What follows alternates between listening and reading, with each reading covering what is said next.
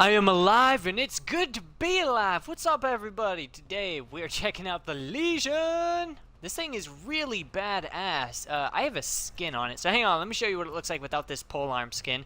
So there you are. It looks like sort of a pterodactyl alligator beat fucking looking thing. I don't know. It looks really cool though. So I'll go ahead and unequip my skin for it so you guys can just see how it is naturally.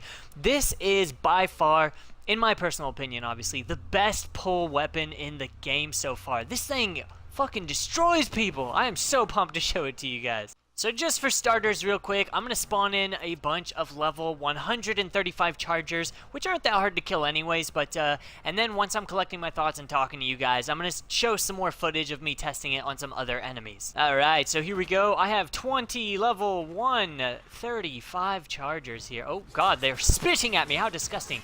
And I'll show you my build here in a sec, but look at this thing. It destroys them. It's not even a challenge. It almost insta-kills them. It is beautiful. In one single swirl combo, whatever the fuck you want to call it, they're dead. They're done. They are no mas. Your enemies are no mas. You are muy victorious. Don't learn Spanish from me. You'll probably fail. But this weapon is not hard to mod at all, really. I've got the Shimmering Blight stance, although I find all polearm stances to be kind of boring. Good news is we're getting some more soon with the Plains of Eidolon update. But I've got Prime Pressure Point, Primed Reach. You can substitute this for a more damaging mod if you want to. I just thought it would be really fun because I know Ancients nullify damage to nearby allies, so I thought it would be cool if I could hit them anyways, even if I have a bunch of chargers kind of surrounding me, because it's a polearm weapon and already has a lot of reach. Vicious Frost, Virulent Scourge, Primed Fury, Voltic Strike, and Condition Overload. And obviously, if I put even more work into this thing, I can get it even stronger, but alas, only one thing at a time for me. But this is a badass weapon, as you clearly saw, and I just demonstrated. This gives me pretty much shit for impact and puncture, but what I love about it is a high status chance weapon that does slash damage. I have electricity and viral on mine, so it not only cuts the enemy's health by a significant amount when it procs, but it also will stun them and stun nearby enemies adjacent to enemies that I proc my status effects on. On top of that, this weapon has a sweet effect where when you deal a status effect, if you look at the icon, which I will mark here on the screen, that is indicating that when you deal a status proc with this weapon, you gain increased toxin damage and increased attack speed for the set amount of time, and obviously every time that you get another status proc, it resets the duration on that, causing it to last longer.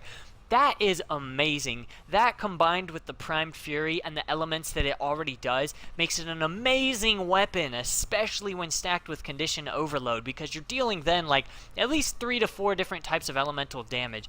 It is phenomenal. It is not a difficult weapon to get either. You simply get the blueprint from the market, but you will need the Taipedo as a prerequisite, and it has to be a built Taipedo, so I recommend building the Taipedo, leveling it up to 30 for the mastery rank obviously, and then using it to create this weapon.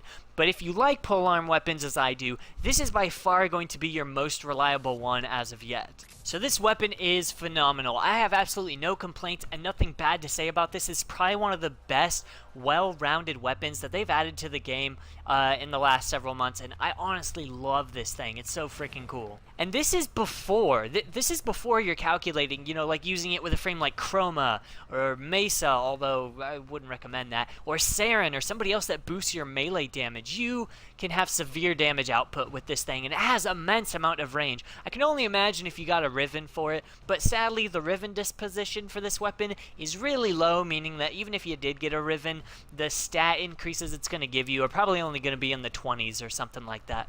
But hey, I hope this video was helpful. If you guys have any further questions, please drop a comment down below, or if you just want to say hi, that's cool too. I absolutely love you guys so much, and I will see you in the next video. Have a kick-ass day. Peace out!